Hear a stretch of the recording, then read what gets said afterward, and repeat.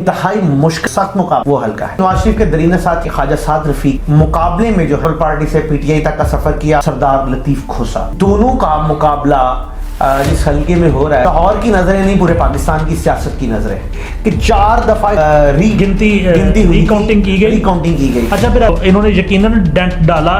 जाहिर है इनमें से या तो ख्वाजा साद रफीक को वोट जाने थे या पीटीआई को वोट जाने थे। नवाज शरीफ के दरीना साथी हैं, वफादार साथी हैं।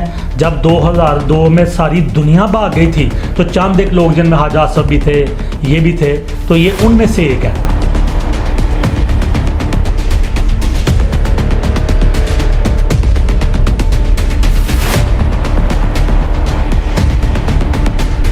अस्सलामुअलैकुम नाज़रीन, उम्मीद है कि आप ठीक ठाक होंगे, खैर वफियत से होंगे। ईडन गार्डन टाइम्स के इलेक्शन सेल में प्रोग्राम टाकरा सीरीज़ जो है ये मुसलसल चल रही है और पाकिस्तान के बहुत से ऐसे हल्के जो कि बहुत ही इस वक्त ज़ेर बहस और ज़ेर मौजू हैं, उनके हवाले से हम मुसलसल प्रोग्राम करते आ रहे हैं। लास्ट प्रोग्राम जो कि लाहौर के 3 हलकों पे हमने किया प्रोग्राम, जिसमें मरीम नवाज़ का हल्का था, हमजा शहबाज का हल्का था, इस तरह के 3 हलकों के ऊपर अलीम खान का हल्का था, 3 हलकों पे प्रोग्राम किया। लेकिन आज जिस प्रोग्राम हल्के को हम अपने टाकरा प्रोग्राम में डिस्कस करने जा रहे हैं, वो समझिए कि लाहौर की सबसे इंतहाई मुश्किल जहाँ पे फैसला देखा जा रहा है, जहाँ पे सख्त मुकाबला देखा जा रहा है, वो हल्का है। जी बिल्कुल, हल्का है ये वाला NA 122। ये नवाज शरीफ के दरीना साथी जो कि ख्वाजा साद रफीक हैं, वो वहाँ से इलेक्शन कंटेस्ट कर रहे हैं और उनके मुकाबले में जो हैं वो जिन्होंने पीपल पार्टी से पीटीआई तक का सफ़र किया, साबका अटॉर्नी जनरल जनाब गवर्नर पंजाब सरदार लतीफ खोसा, एक बहुत बड़ा नाम। अब ये दोनों का मुकाबला जिस हल्के में हो रहा है, उस पे लाहौर की नज़रें नहीं पूरे पाकिस्तान की सियासत की नज़रें। बहुत से मुबस्सर बहुत सी बातें कर रहे हैं। टाकरा प्रोग्राम में हमारे आज के होस्ट जो कि हमेशा से बहुत से प्रोग्राम्स पे तबसरा कर रहे हैं, उसके ऊपर बेशुमार कमेंट्स आ रहे हैं और अभी मुख्तलिफ लोग जो हैं वो ये भी ख्वाहिश का इजहार कर रहे थे कि उनके हलकों के ऊपर प्रोग्राम किया जाए, जो कि हम आने वाले दिनों में करेंगे। तो आज के इस प्रोग्राम के हमारे जो एनालिस्ट हैं जनाब अदनान भट्ट साहब, उनको खुशामदीद कहते हैं। अस्सलाम वालेकुम। वालेकुम अस्सलाम व रहमतुल्लाह। जी भट्ट साहब, आप ठीक हैं, खैरियत से? जी बिल्कुल, खैरियत। भट्ट साहब, बड़ा तगड़ा किस्म का हल्का जो है ना, आज आपने चुनाव किया है 122, उसके ऊपर आपका काफ़ी मुशाहदा है, आपने काफ़ी उसके ऊपर स्टडी की हुई है।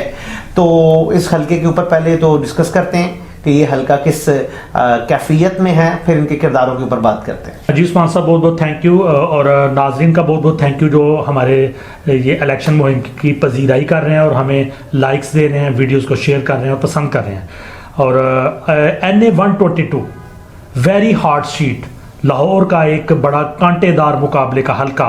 और यहाँ से जैसे कि भट्ट साहब ने बताया कि यहाँ से PMLN के ख्वाजा साद रफीक और PTI के लतीफ़ खोसा यहाँ से मद्दे मुकाबल है।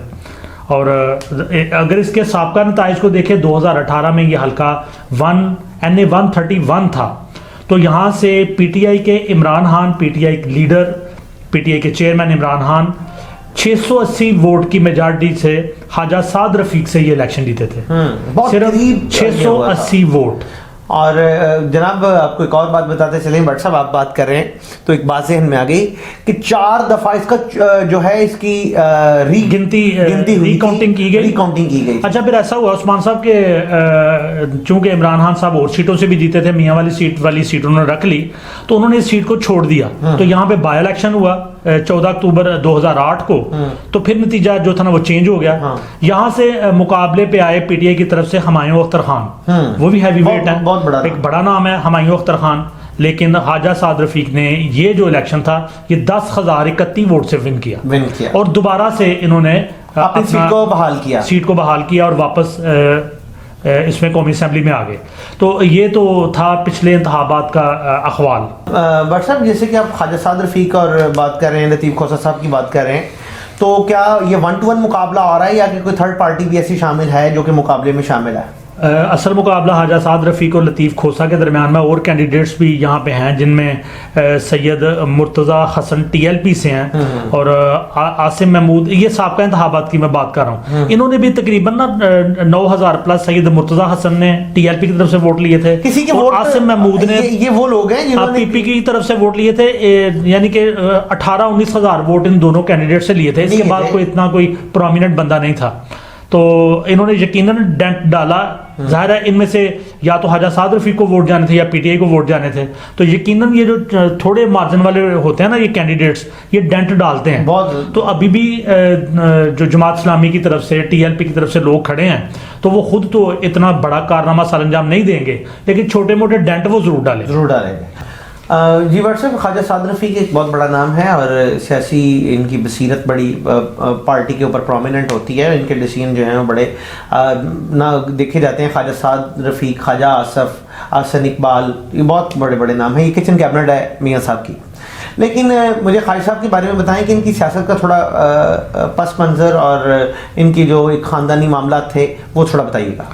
जैसे आपने बताया कि ये मियां नवाज शरीफ के दरीना साथी हैं, वफादार साथी हैं। जब 2002 में सारी दुनिया भाग गई थी तो चंद एक लोग जिनमें ख्वाजा आसफ भी थे, ये भी थे, तो ये उनमें से एक हैं। और बड़े पढ़े लिखे, बड़े इंटेलिजेंट हैं, इन्होंने मास्टर्स किया हुआ है इसमें सियासियात में, और 80s में ये जो स्टूडेंट पॉलिटिक्स थी उसका हिस्सा थे। हमेशा वो अपने को कारकुन कहते हैं। जी बिल्कुल।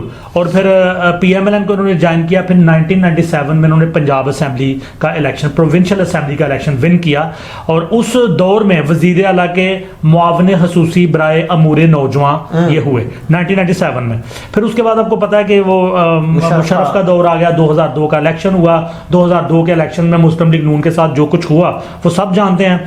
तो उसमें इन्होंने NA 119 लाहौर से ये इलेक्ट हुए, यानी कौमी असेंबली में इनकी पहली एंट्री थी, और उस दौरान ये पंजाब के मुस्लिम लीग के प्रेसिडेंट भी रहे। उसके बाद अगले इलेक्शन 2008 में जब आए तो NA 125 लाहौर से उन्होंने दोबारा से ये इलेक्ट हुए।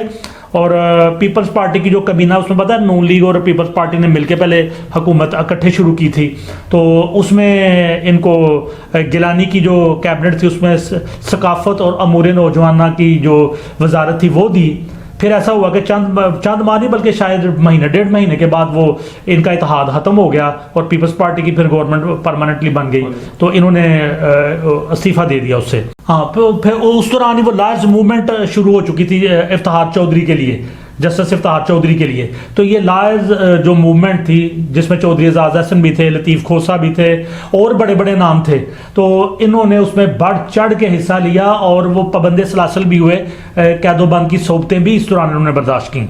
उसके बाद जब 2013 के इंतखाबात आए तो तीसरी मरतबा ये कौमी असेंबली के मेंबर बने और इनको वजीर रेलवे बनाया गया नवाज शरीफ की गवर्नमेंट में। फिर आपको पता है नवाज शरीफ की गवर्नमेंट 2017 में खत्म हुई, फिर शाहिद हकान अब्बासी की कैबिनेट में इनको बतौर वजीर रेलवे लिया गया। फिर आखिरी इंतखाबात जो 2018 में हुए तो इसमें इन्होंने पहले तो इमरान खान से हारे ये नशिस्त, जैसे कि आपको बताया कि 680 वोट से हार गए। फिर जब वहाँ पे बाई इलेक्शन हुए तो ये दोबारा 10,031 वोट से विन हुए। तो इनका जो ना नून लीग के साथ बड़ी लाजवाल इनका ताल्लुक रहा है, बड़ी मोहब्बत रही है।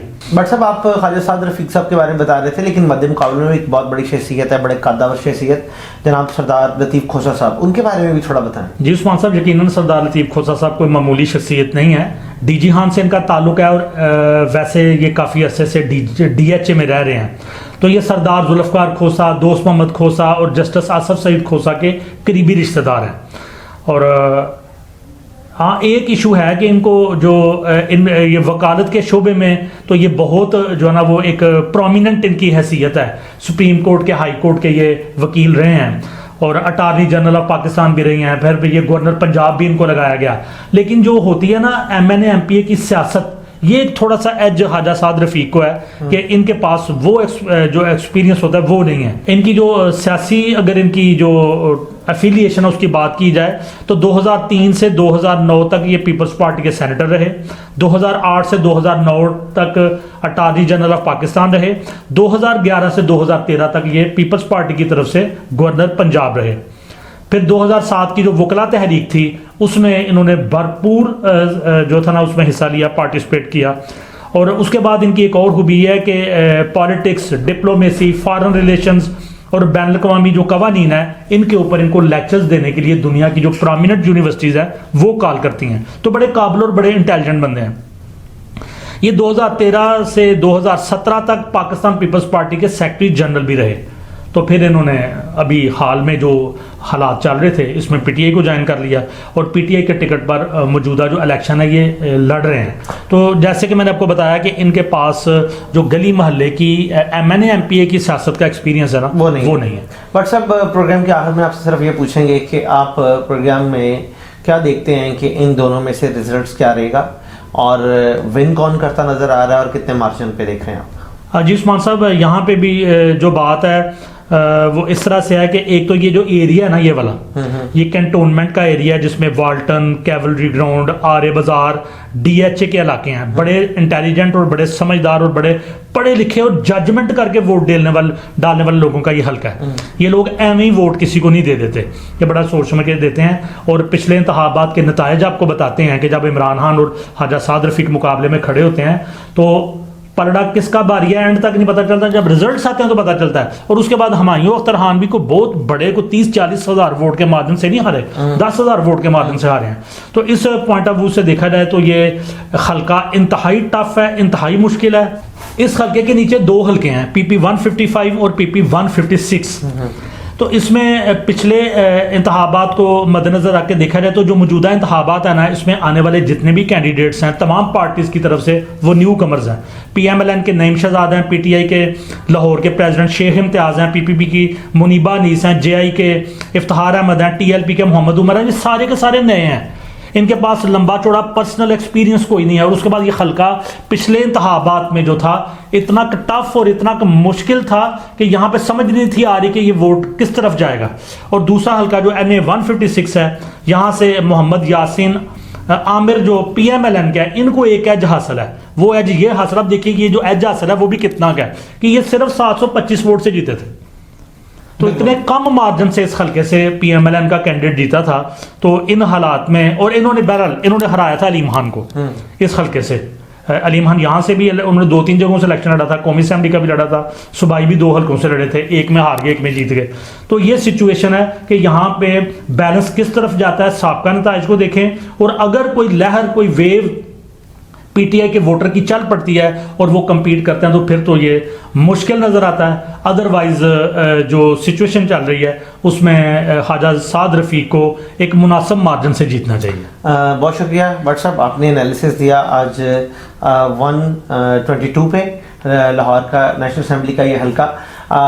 जी नाज़रीन, प्रोग्राम के अख्ताम में वही बात ही कहूँगा कि अपने वोट का ज़रूर जो है हक़ राय दही का इजहार कीजिए और वोट देते वक्त जो ज़मीर कहता है उसको वोट दीजिए। आप किसी भी पार्टी में बसगी ठीक है, बहुत अच्छी बात है, लेकिन पाकिस्तान की बका देखिए कि पाकिस्तान की बका कौन सी पार्टी के साथ है। अपना वोट इस्तेमाल ज़रूर करें, अपनी फैमिली को ज़रूर लेके आएँ।